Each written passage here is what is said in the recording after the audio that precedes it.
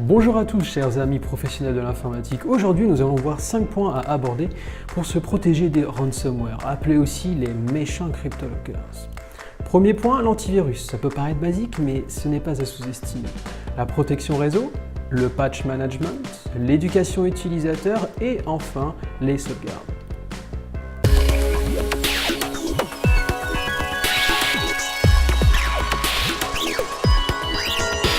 Mais avant tout, comment fonctionne un ransomware? Un ransomware est un malware qui, une fois votre PC infecté, va venir chiffrer tous vos documents, que ce soit Word, Excel, ainsi que même les bases de données SQL, avec une clé de cryptage RSA 2048 qui est complètement inviolable. Une fois vos documents complètement illisibles, une clé publique sera stockée sur votre machine et une clé privée sera envoyée au hacker. Bien entendu, vous connaissez la suite, une rançon vous sera demandée en échange de la clé privée pour le déchiffrage de vos données. Il faut savoir que l'attaque se fait la plupart du temps en deux étapes. Il y a d'abord le downloader, appelé Cheval 3, qui va s'exécuter sur votre machine par le lien URL sur lequel vous avez soigneusement cliqué. Le downloader va ensuite commencer le téléchargement du CryptoLocker sur le serveur du hacker. L'enjeu ici est vraiment de stopper ce téléchargement ainsi que l'URL en question. Comment choisir son antivirus, vous allez me dire? Alors déjà, il faut savoir que tous les éditeurs d'antivirus, ou en tout cas la plupart, tentent en fait de se concentrer sur la protection contre les crypto-malwares. C'est difficile pour un antivirus de détecter en fait un crypto-malware, tant il existe de nombreuses variantes de celui-ci. C'est pourquoi il est plus simple pour lui de se focaliser plutôt sur la partie downloader ou l'URL en question. Ce que fait par exemple i7 avec son module de live détection de virus. En live, il pourra consulter la base de i7 pour venir contrecarrer en fait l'installation du Cheval 3. La protection induit de protéger votre réseau local des attaques ou connexions provenant de réseaux potentiels de cybercriminels.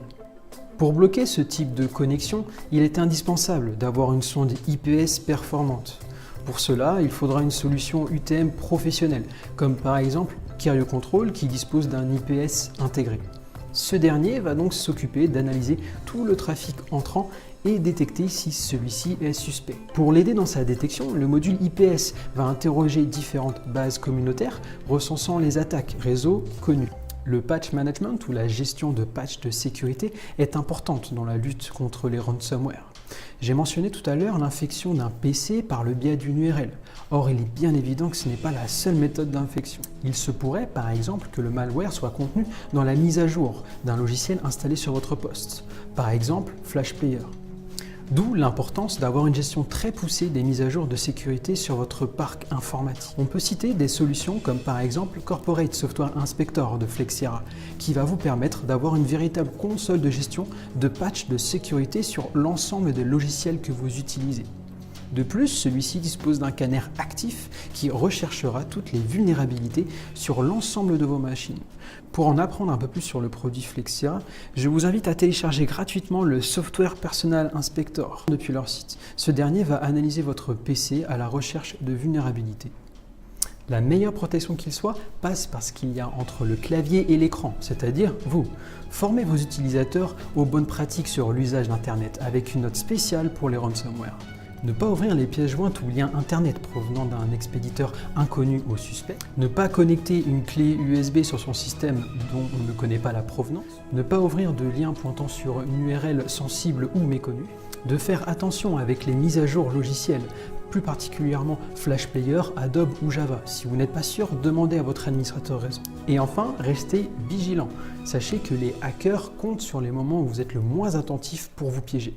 Et enfin, quand il est déjà trop tard, la seule solution, c'est la restauration. Assurez-vous de sauvegarder régulièrement vos données, que ce soit poste de travail ou application métier.